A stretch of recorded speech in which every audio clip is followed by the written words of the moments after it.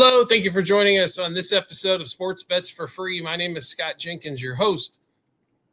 Just a local sports bettor here in Phoenix, Arizona, and hopefully today with our bets and your bets, it's going to be another profitable day for you. Thursday, February 19th, we've got the NBA back. Welcome back after All-Star break, plus college basketball, and a welcome back for us as well as for the last couple of months, it's been a little rough on getting out shows. We do apologize for that. We are trying to straighten things out, but we should be back to ready to rock and roll, hopefully here for the near future for quite some time. So welcome back for all of you that have been patiently waiting. Appreciate it. And if you're new to the show, appreciate you coming on as well. We're going to get started as we got a lot to get to, as a lot of NBA games as they're finally coming back from the All-Star break. Interesting All-Star break. Damian Lillard can't play in a game but wins the three-point contest. Rising Stars was excellent. And the NBA All-Star games themselves are pretty dang good as well. Dunk contest left a little bit to be desired, but it's, been that way for quite some time. But an excellent, really good NBA All-Star weekend for all of you that have kind of got to our show initially by baseball. That's right around the corner as well, as spring training game is going to start here shortly. So a lot of sports stuff going on. This is just basketball, college, and NBA today. Let's get started. College basketball as we normally do. And we'll get started 6 o'clock Eastern time frame, CBS Sports Network. Liberty, 22-3 and overall, 14-0 in Conference USA. 10.5 point favorite here. And 151.5 total against Florida International, who's 12-13, 5-9 in Conference USA. So it hasn't been a banner year for them, but Liberty has played so well in this series here. So Liberty minus 5.5 first half, Liberty minus 10.5 for the game. Next game we are on.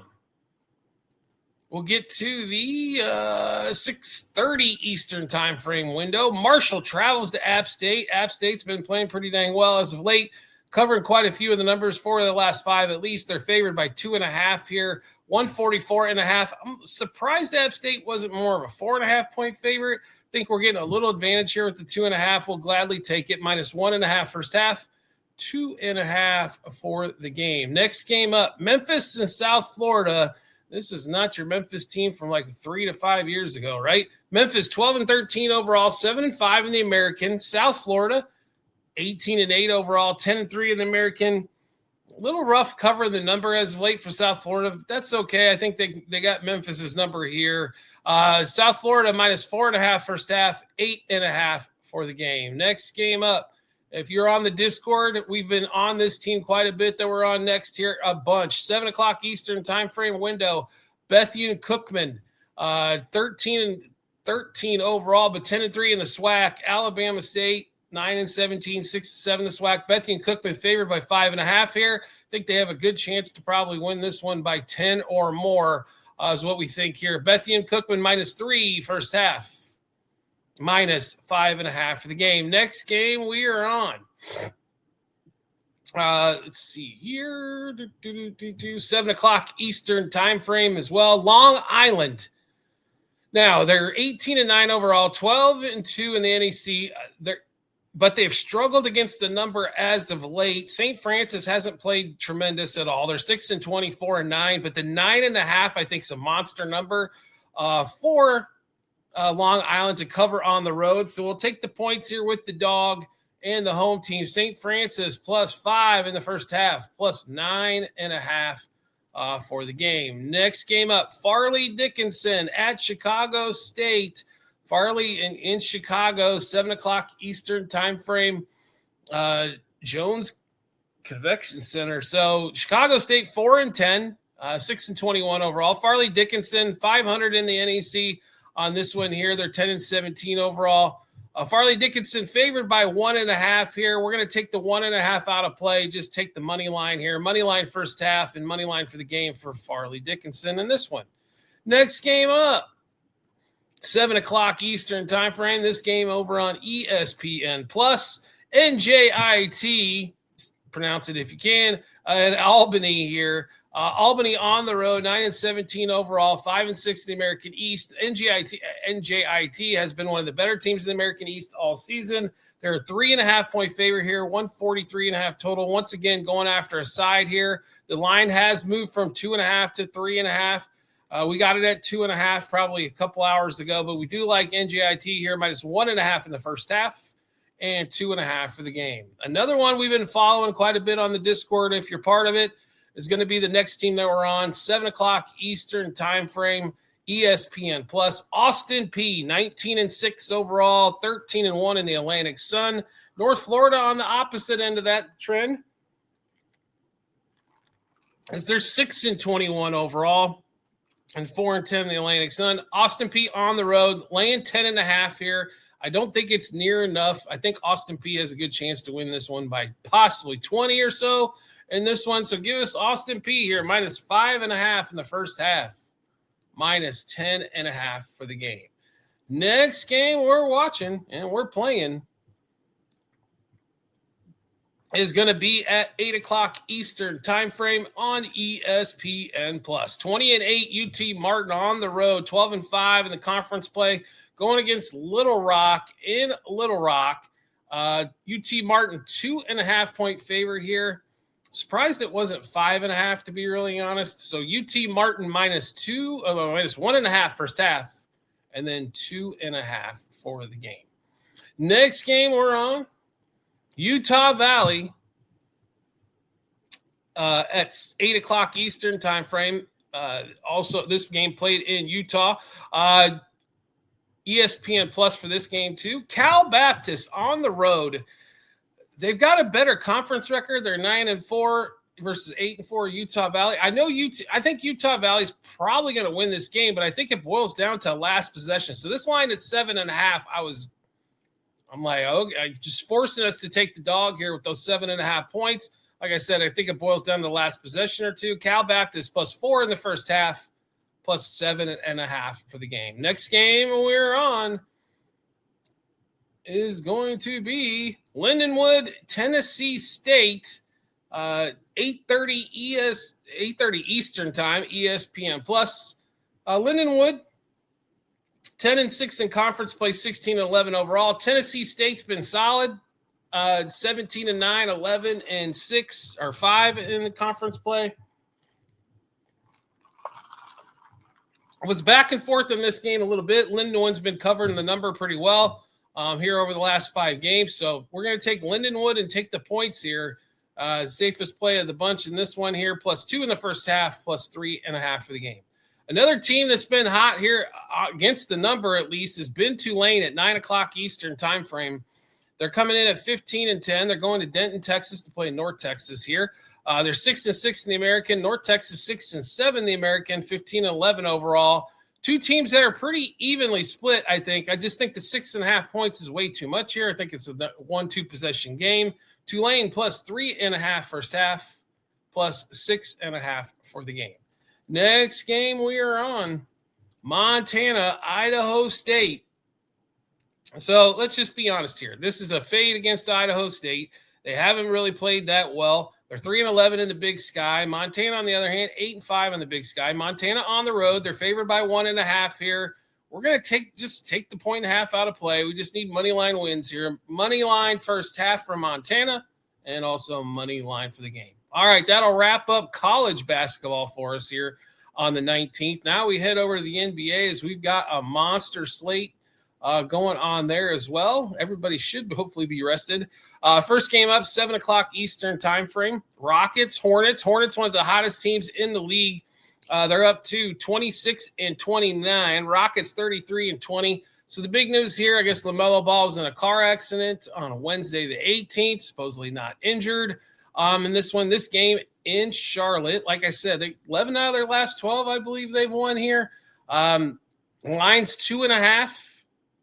Was opened at 2.5, now 4.5. The Rockets favored by 216.5 total. This is the time of the year. Typically, the refs start swallowing the whistle a little bit. Steven Adams still out for the season, as well as Van Vliet. For the Hornets, they're going to be missing 2 guys because of suspension, Diabate and Miles Bridges. Miles Bridges has not been a big factor in the offense here as of late. Kobe White's still going to be out, and Liam McNeely as well. So this one here, basically, the Rockets they lost 3 out of 5 heading into the break. And like I said, 10 out of 11 for the Hornets. And the Hornets have beat some decent teams in there as well. Atlanta a couple times. They did beat Houston at Houston by 10 as well. They did beat up on New Orleans, but you got that home record almost up to 12 and 14. They're almost at 500 for a team that was well below. Crazy stuff there. That's for sure. They're only 3 games back, by the way, or Orlando. How crazy is that? So, and 2.5 back of Miami. So they've really come along here. The better record than Atlanta. They're well on their way. They got a chance at like maybe 37, 38 wins or so, I would think. So maybe even get close to that 40 mark. That would be a tremendous step forward for the Hornets if that's going to be the case. The Rockets, on the other hand, it's been struggle on the road a little bit and still trying to figure out who the hell plays point guard for the team. Amen Thompson's had a tremendous year, I think, stepping forward. He was struggling scoring the ball heading into the break, still getting rebounds and assists like crazy, but was not maybe his best stuff scoring-wise going into the break. They're relying a lot on Durant score points. Reed Shepherd, Sengun's turned into a lot of assists and rebounds as well. But we do like Charlotte to continue the winning ways here. Hopefully the break doesn't slow them down for where they were. We will take the points with them. So let's give you all the plays here. And we got quite a few player props as well. So Hornets plus 1.5 in the first quarter, 2.5 first half, 4.5 for the game. Clint Capella under 9.5 par points, assists, rebounds. Remember when this guy was a double-double machine not too many years back? But he's coming off the bench. He hasn't been rebounding the ball a touch, and he's not a monster scorer. LaMelo Ball under 7.5 assists. We're going to test that immediately on that accident to see if he's actually hurt. And that one. Eason for the Rockets, 2 plus 3-pointers. Brandon Miller for the Hornets, under 8.5 rebounds and assists. Amen Thompson, 7 plus rebounds. For your first quarter bettors, Knuppel, 5 plus points in the first quarter for the Hornets. LaMelo Ball under 32.5 par. Kalkbrenner under 3.5 field goals. I think he finishes probably at 3 field goals, so this is going to be a little bit tight.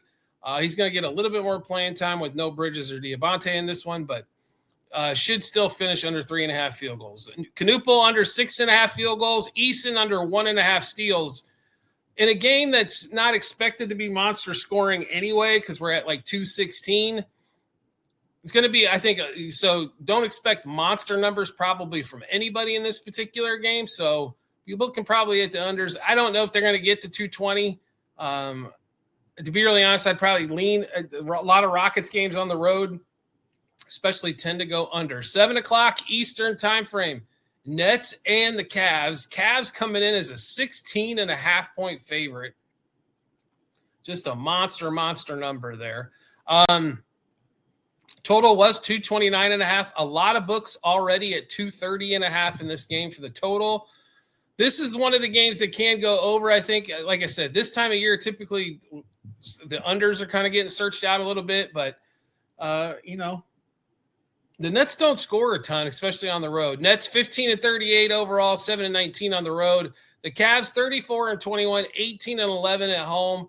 And the Cavs have looked really good since the Harden trade. Now, that game they won at Denver, I thought was a big one. Beating Washington, Sacramento, not that big a deal. And then beating the Clippers. On the other hand, the Nets did lose to the Pacers heading into the break. They did beat the Bulls and the Wizards right before that. So they've had, 2 out of their last 3 wins. Cleveland still, they're 7 games behind Detroit. So trying to make their way up. The Harden trade, I think, is going to help them during the regular season. Questions are going to be for Harden and will continue to be, is he going to do anything in the playoffs? But for regular season stuff, we like it.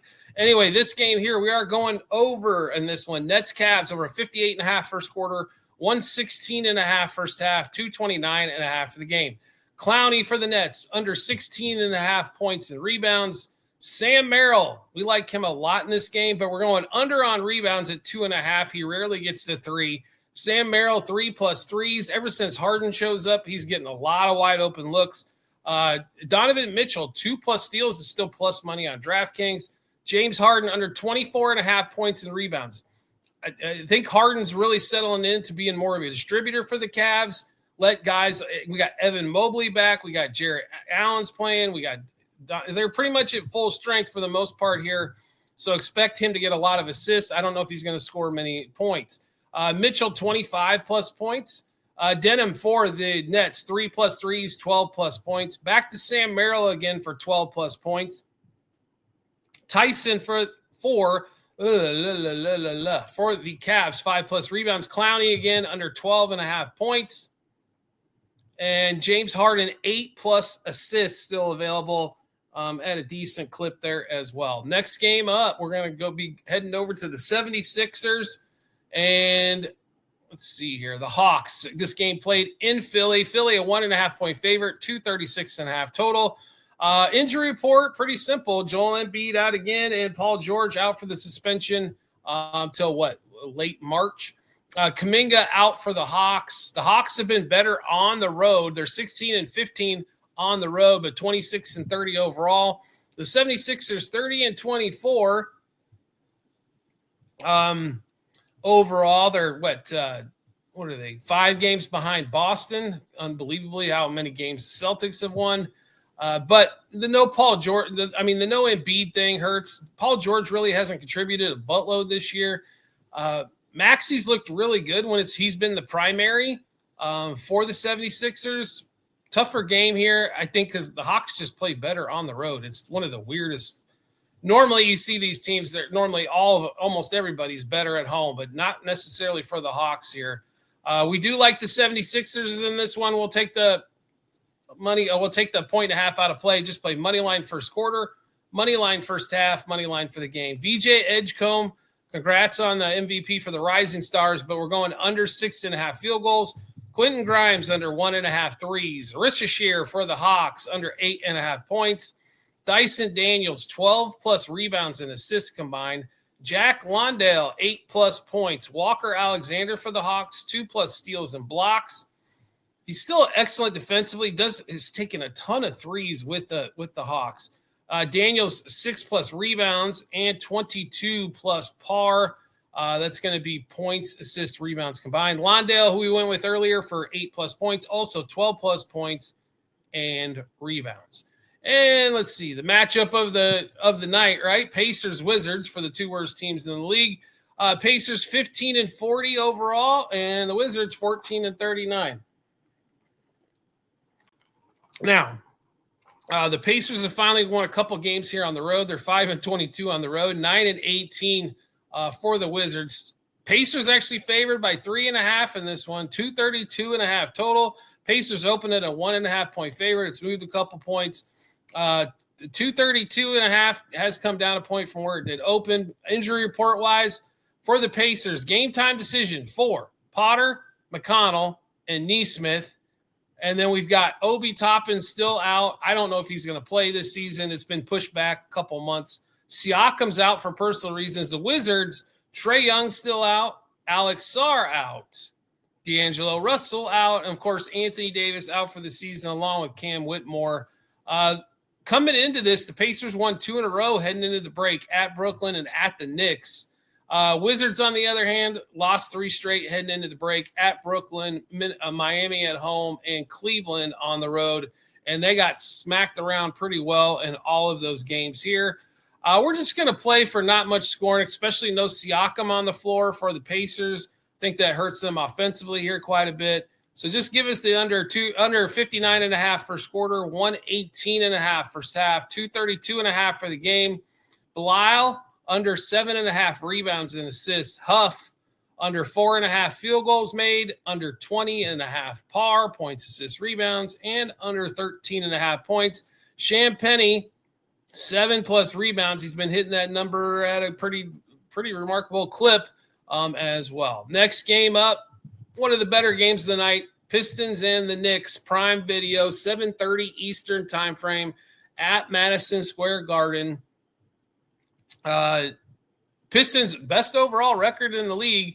They're 18-7 on the road, 40-13 overall. Knicks 35-20, 21-7 at home. Knicks favored by 3.5, 223.5 is the total here. Injury report wise, big one is Jalen Duran and Isaiah Stewart both being out for the Pistons for suspension. Miles McBride still out. OG Anunoby is going to be a game time decision in this one. Knicks did win. They've won 3 out of their last 5 heading into the break. They won at Philly, lost at home against the Pacers, won at Boston, lost to Detroit by almost 40 in a game at Detroit earlier this month, and then won at home against Denver in a tight one that went to double OT. Pistons come in, won 3 straight. They won at Toronto, at Charlotte, and of course that Knicks game that we kind of just went over here. The number here I think to really watch is this total. Pistons games, there's a lot of defense, not a lot of scoring typically in these Pistons games. They can play some D. So that's where we're headed here, under 223.5, but it's under 57.5 first quarter, 114.5 first half, 223 for the game. Landry Shamet, 2+ points in the first quarter for your first quarter bettors. Paul Reed under 24.5 par points, assists, rebounds. Jenkins for the Pistons, 2+ rebounds. Brunson under 27.5 points. We're going to see here. I honestly think that Pistons probably, that they might see the Knicks in the playoffs. This would be a good time to kind of show what kind of defense that they're going to play, which is going to be basically, let's take Brunson, I think, out of the game as much as possible. Towns under 1.5 threes. Tobias Harris for the Pistons under 13.5 points. Josh Hart for the Knicks under 12.5 rebounds and assists. I think the rebounds will be there. I just don't think the assists will. Miles Bridges, 4+ points in the first quarter. Robinson, 3+ rebounds. That's Duncan Robinson for the Pistons. Brunson under 8.5 points first quarter. Miles Bridges, 2+ turnovers. And Karl Anthony Towns under 6.5 field goals. His offensive output has definitely been down this year compared to what he's done so far. And we expect that to continue against the Pistons here. Next game up in the NBA is going to be Raptors and the Bulls at 8 o'clock Eastern time frame. United Center in Chicago. Some injury stuff to pay attention to here. Murray Boyles has been a nice addition this season for the Raptors. Game time decision. Sandro, game time decision. Chucky Hepburn, game time decision. For the Bulls, Zach Collins still out till probably March. Trey Jones, game time decision. Jalen Smith, game time decision. Josh Giddey, game time decision is a big one as well. And, of course, Bulls making a lot of moves there. Toronto coming in 32-23, only 3.5 back of Boston. And Chicago in that spot where they're always around the play-in, 24-31 overall, 17 games back of Detroit. They've lost 6 straight. It has not been pretty for them here as of late. The Raptors come in. They lost to Detroit. No shame in that one. Coming into the break, they did beat the Pistons and the Bulls before that. They just beat the Bulls at home by 16. Now on the road, they're 5.5 point favorite, 233.5 total. And we got to go. I just think the Raptors here are still the play. So not our favorite game of the night when it comes to the actual line, but we do like a lot of player props in this game as well. But Raptors minus 1.5 first quarter, 3 in the first half, 5.5 for the game. Manuel Quickly, 4+ points in the first quarter. Barnes to make no threes. He has not been shooting a lot of them either. That is decent plus money, especially on Caesars. Buzelis, 15+ points. Emmanuel Quickly, 6+ assists. Anthony Simons under 16.5 points. Ingram under 5.5 rebounds. He tends to get 6 or 7 rebounds a game at home and ends up at 4 or 5 on the road. Simons under 23.5 par again for the Bulls. Quickly 3+ threes. Buzelis 22+ par. That's points, assists, rebounds combined. Next game up, Spurs and the Suns, 8:30 Eastern time frame. We're playing in Austin, Texas at the Moody Center, though. Suns 32-23 overall, 14-13 on the road. Spurs 38-16, 19-6. The line on this one, is kind of where you expect it to be with 6.5, 7.5 in that range there. I think the line to really go after here is the total at 227.5. You've got a Suns team that tends to not score a bunch of points. And then you've got one of the best defensive teams in the league when Wemby's playing in the Spurs. Cole Anthony still out for the Suns. Dillon Brooks out for a suspension due to the 16th technical of the season. For the Spurs, Plumlee, Walters, and Jones Garcia all out. So pretty much full strength there for the Spurs for their main rotation players here. Just like the under here, since it's a Suns game, seems to be a smart place to play when the Spurs are playing, or Suns are playing, sorry. Under 58.5 first quarter, 116.5 first half, 227.5 for the game. Goodwin, 2 plus 3-pointers made. Wemby under 2.5 assists, both those plus money on FanDuel. Grayson Allen, 16 plus points and rebounds. Royce O'Neal under 17.5 par points, assists, rebounds combined. De'Aaron Fox, who's been putting up some assists, but the points have definitely been down as of late. But Fox under 27.5 par points, assists, rebounds, under 17.5 points. Grayson Allen, 6 plus rebounds and assists.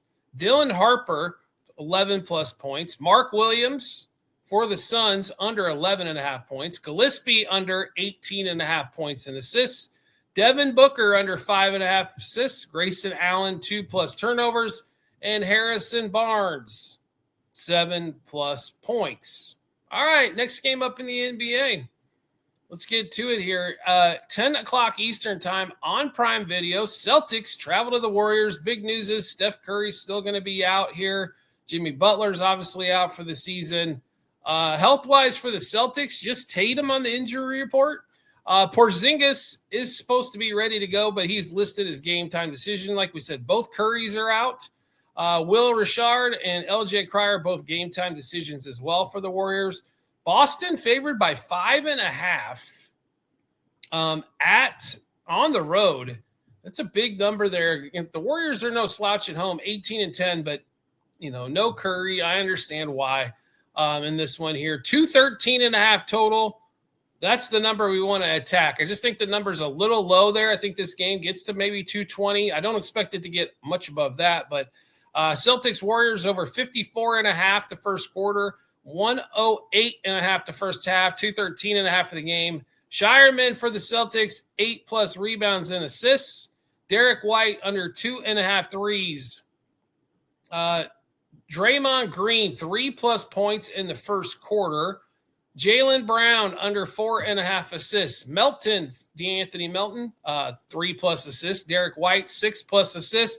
Peyton Pritchard, since they moved into the bench, his numbers have went up tremendously. 24 plus points and assists. Moses Moody under 1.5 assists.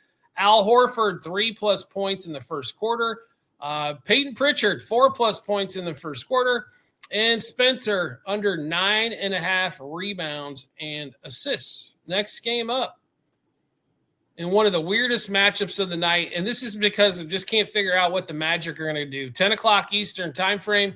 Magic are on the road, or they're 10-14 on the road, 28-25. I expected this team to be much better.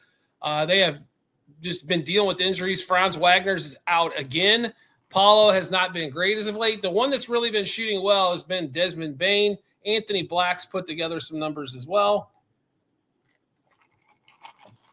So with the improvement of Black and Bane coming on with Franz and Paulo, just expected a much better win total for the season. Hasn't been there as of yet, but the Kings are going to help them out here because they have just cleared Sabonis out for the season and Zach LaVine out for the season. Like we said, Franz is out for the Magic. DeAndre Hunter's also going to be out with an eye injury. Dylan Cardwell for the Kings as well. And like we mentioned, Sabonis and LaVine, as the Kings are going to do their best job of tanking. They've also lost 14 straight. Wow. That's something, isn't it? Orlando is leading the conference, or leading the Southeast Division over Miami and Charlotte, but those two teams are coming, so something to watch out for them. Expect are the Magic going to finally be able to make a push here? As of late, they did win 3 out of their last 4 heading into the break. They lost to the Bucks after they beat the Bucks, beat Utah and Brooklyn, so not necessarily a gauntlet of games there. The Kings coming in losing what would you say? What was it? 14 straight. It's been brutal. Last 5 they lost to at Utah, at the Pelicans, and then 3 home games with Cleveland, the Clippers, and Memphis. And amazingly enough here, this thing opened at 10.5. It's down to 8.5. I don't see how the Magic don't just go in there and try to clean this thing up. This is a great spot here for the Magic, I think, just to start this road trip and get going here in the second half of the season. Magic minus 2.5 in the first quarter, 4.5 in the first half, 8.5 for the game. Malik Monk, 17-plus par for the Kings. Carter under that's Wendell Carter Jr. under 9.5 rebounds and assists. Clifford, 4-plus points in the first quarter. Malik Monk again, 12-plus points. We got Keegan Murray, 12-plus points. Desmond Bain, 5-plus points in the first quarter. Jalen Suggs, who's turned into more an off the ball with Anthony Black showing up, under 6.5 assists. Anthony Black, 25-plus par, points, assists, rebounds. Desmond Bain, under 8.5 rebounds and assists. And Desmond Bain, under 4.5 rebounds in that one as well. Next game up. In the last game of the night, 10:30 Eastern time frame, Nuggets and the Clippers in the Intuit Dome in LA. Denver 4.5-point favorite here, 226.5 total on the road. They've been really good on the road, though. They're 20-9, even with the Jokic injury for a month and all the other injuries they've had with Aaron Gordon and Christian Braun and so on and so forth. 35-20 overall. Clippers 26-28. Overall, they've really come back. I want to give them all the props, but then they trade Harden. If Garland can somehow get healthy, I think they got the better end of that deal, and Garland's a lot younger, but Garland not healthy as of yet. And the Nuggets have both won. This is the third game of the season series. The Nuggets have won both of those back in November, winning 131-16, 122-109, a game at Denver at the end of January. But the Nuggets-wise, Pickett's a game-time decision. Watson, Aaron Gordon, and Tamar Bates all out. For the Clippers, pretty much the guys have been out. Garland's out, and then, of course, Bradley Beal's been out for the season. Clippers came in, winning 3 out of their last 4 into the break. They split with Houston at 2 games at Houston. They won at the T-Wolves, and, of course, everybody beats the Kings on that one. The Nuggets come in. They win at Memphis at home but didn't cover. They did not beat Cleveland at home. They did win at Chicago. They lost a double overtime game to the Knicks, and then they lost to the Pistons. So they had some tough games coming in. Denver 6.5 back of OKC for the out east. The Clippers 7 games back of the Lakers. But the Clippers, like I said, compared to where they were earlier in the season, have really made a run here. And we do like the Clippers plus the points in this one. I think this game's going to be relatively tight here. I think the 4.5 is probably going to come into play. I don't know if the Clippers are going to win this game outright, but expect the last possession game. Clippers plus 1.5 first quarter, 2.5 first half, 4.5 for the game. Valanciunas for the Nuggets. We like him for 13-plus points and rebounds. We also like him for 15-plus points, assists and rebounds. Jamal Murray, 28-plus points and rebounds. John Collins has really opened up as of late, 15-plus points. Kawhi, 3-plus threes. John Collins again for 6-plus rebounds and 6-plus field goals. Christian Braun under 17.5 par, points, assists, rebounds combined. Jokic under 49.5 par. Should be a lower scoring game, we're assuming here with the Clips. And then Braun under 15.5 points and rebounds. All right, so that's going to be your rundown of college basketball, NBA basketball for Thursday, February 19th. Like I said before, do greatly appreciate for all of you coming back, watching the show, or watching for the first time. All of our episodes brought to you by Outlier, the world's #1 sports betting app. You can get a link in the comments section or the YouTube channel page as well to get a 7-day free trial. And the Discord channel, if you want all of our bets and we don't have a show, guess what? You get it on the Discord channel. You're also going to get bonus material. We've been a little lackluster in golf so far, but should be kicking that up in the next week or two. Also, Formula One does start here in a few weeks for everybody that follows along the Discord. We're big into Formula One. UFC, we've had a few different things go on there so far. And basketball, baseball, and football, you're going to get all of that stuff as well on the Discord channel. You'll find that link in the comments section or on the YouTube channel page. We do appreciate everybody's support as always, and we look forward to seeing you on our next episode.